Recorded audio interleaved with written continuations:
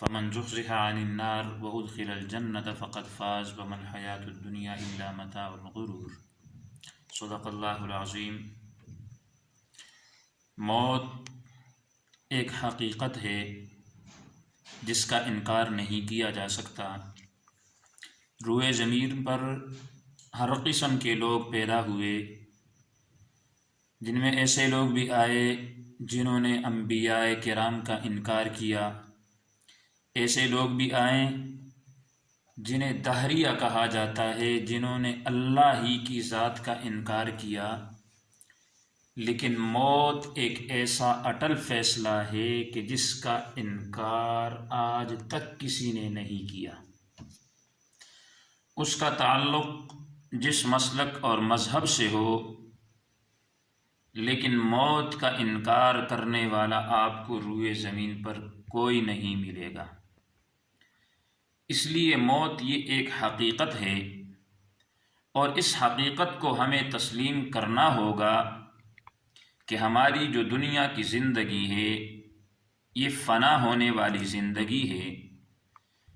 قرآن میں اللہ رب العزت نے فرمایا کہ کل من علیہا فان ویبقى وجہ ربک ذو الجلال والاکرام، کہ زمین پر رہنے والی ہر چیز کو فنا ہے، اگر بقا ہے تو وہ صرف اور صرف اللہ ہی کی ذات کو ہے۔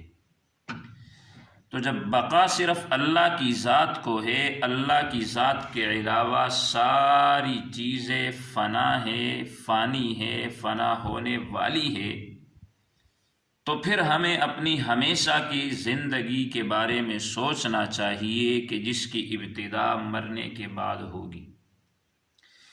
1,24,000 کم و بیش انبیاء کرام دنیا میں تشریف لائے، جو کائنات میں اللہ کے برگزیدہ بندے تھے، لیکن وہ دنیا میں نہیں رہے۔ ان پر موت آئی اور وہ اللہ رب العزت کے پاس چلے گئے۔ پھر ان انبیاء کرام میں سے جو اللہ کے ہاں سب سے محبوب ترین ہستی ہے، جو وجیہ کائنات ہے، جن کی وجہ سے اللہ نے کائنات کو بنایا، جن کی وجہ سے آج میں اور آپ زندگی گزار رہے ہیں، اس کائنات پر جب موت آئی وہ یہاں باقی نہ رہے، وہ دنیا سے چلے گئے، تو پھر میرے محترم ہم سب نے بھی دنیا سے جانا ہے اور دنیا میں ہمیں رہنا نہیں ہے۔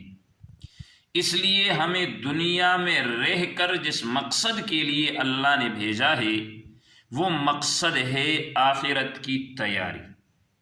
ہم آخرت کی تیاری کریں گے تو ہم دنیا کے اندر بھی سکون کی زندگی گزاریں گے اور آخرت کے اندر بھی سکون کی زندگی گزاریں گے۔ وگرنہ یہ تو اٹل فیصلہ ہے کہ موت ایک ایسی چیز ہے کہ جس سے انسان بھاگ نہیں سکتا، جس سے انسان دوڑ نہیں سکتا، کہ اللہ نے جس کی موت جس وقت جس جگہ پر لکھی ہوئی ہو وہ موت اس کو آ کر رہے گی۔ اس لیے کہ قرآن میں اللہ نے فرمایا کہ اینما تکونوا یدرککم الموت ولو کنتم فی بروج مشیدہ، کہ تم جتنے مرضی بڑے سے بڑے محلات کے اندر کیوں نہ چھپ جاؤ، لیکن جب موت کا مقررہ وقت آئے گا تو موت تمہیں پالے گی۔ حضرت سلیمان علیہ السلام ایک مرتبہ بیٹھے تھے اور ساتھ میں ایک شخص بیٹھا ہے۔ اب اتنے میں ملک الموت آئے۔ اب یہ جو شخص بیٹھا ہے اس کی موت کہیں اور لکھی ہوئی ہے اور وقت قریب ہے، تو وہ شخص حضرت سلیمان علیہ السلام سے عرض کرتا ہے کہ یہ جو آدمی آیا ہے اس سے مجھے ڈر لگ رہا ہے، لہٰذا آپ ہوا کو حکم دے کہ وہ مجھے فلاں جگہ پہ اتار دے۔ تو حضرت سلیمان علیہ السلام نے ہوا کو حکم دیا، اسے فلاں جگہ پہ اتارا گیا۔ اب وہاں پر جب وہ پہنچا تو ملک الموت وہیں پر گیا اور وہیں پر جا کر اس نے اس کی روح کو قبض کر لیا۔ یعنی اس بندے کے لیے اللہ نے یہ جگہ مقرر کی تھی کہ اس کی روح اس جگہ پہ نکالی جائے گی۔ اب اللہ نے اس کے لیے ذریعہ بنایا حضرت سلیمان علیہ السلام کو اور اسے وہاں پہنچا دیا۔ تو اس لیے میرے محترم بڑے بڑے بادشاہ دنیا کے اندر آئے ہیں، لیکن وہ ایسے تھے کہ جو سمجھتے تھے کہ ہمارے بغیر دنیا کا نظام ختم ہو جائے گا، ہم نہیں رہیں گے تو دنیا کا نظام نہیں چل سکے گا۔ آج وہ سارے کے سارے دنیا سے چلے گئے، لیکن دنیا کا نظام آج بھی برقرار ہے۔ اس موقع پر مجھے حضرت عبداللہ بن مبارک رحمۃ اللہ علیہ کا وہ واقعہ یاد آتا ہے کہ جب ان کے موت کا وقت قریب آیا تو اس وقت میں انہوں نے کیا کہا کہ لِمِثْلِ هَذَا فَلْيَعْمَلِ الْعَامِلُونَ، کہ انسان جیسے اعمال کرتا ہے اس عمل کرنے والے کے عمل کی طرح اللہ اسے اجر بھی دیتا ہے۔ ممکن ہے موت کا وقت ان کا قریب تھا، اللہ نے ان کو آخرت ان کے مقام ان کا دکھایا ہو، تو اپنے غلام سے کہنے لگے کہ میرا سر اٹھا کے زمین پہ رکھ دیجئے۔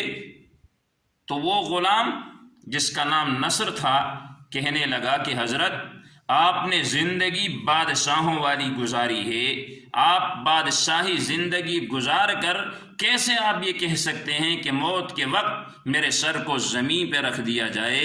تو حضرت عبداللہ بن مبارک رحمہ اللہ علیہ نے فرمایا کہ میں نے اللہ سے دعا کی تھی کہ یا اللہ مجھے زندگی دے بادشاہوں والی اور موت مجھے دے فقیروں والی۔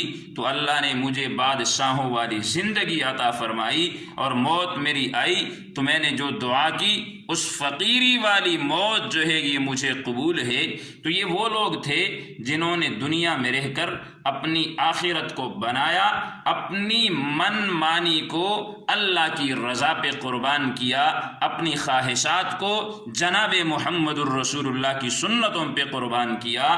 تو یہ لوگ دنیا میں بھی رہے تو کامیاب رہے، شاہی زندگی گزارتے رہے، اور آخرت کے اندر بھی اللہ رب العزت نے ان کے لیے عمدہ مقاموں کا انتظام کیا ہے۔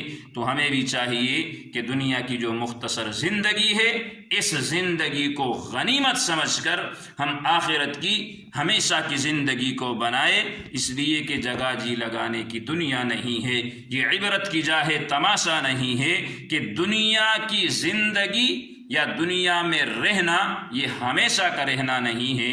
تو اللہ رب العزت سے دعا ہے کہ اللہ ہمیں اس دنیا کی زندگی کو غنیمت سمجھ کر آخرت کی ہمیشہ کی زندگی کی تیاری کرنے کی توفیق عطا فرمائے۔ وآخر دعوانا الحمد للہ رب العالمین۔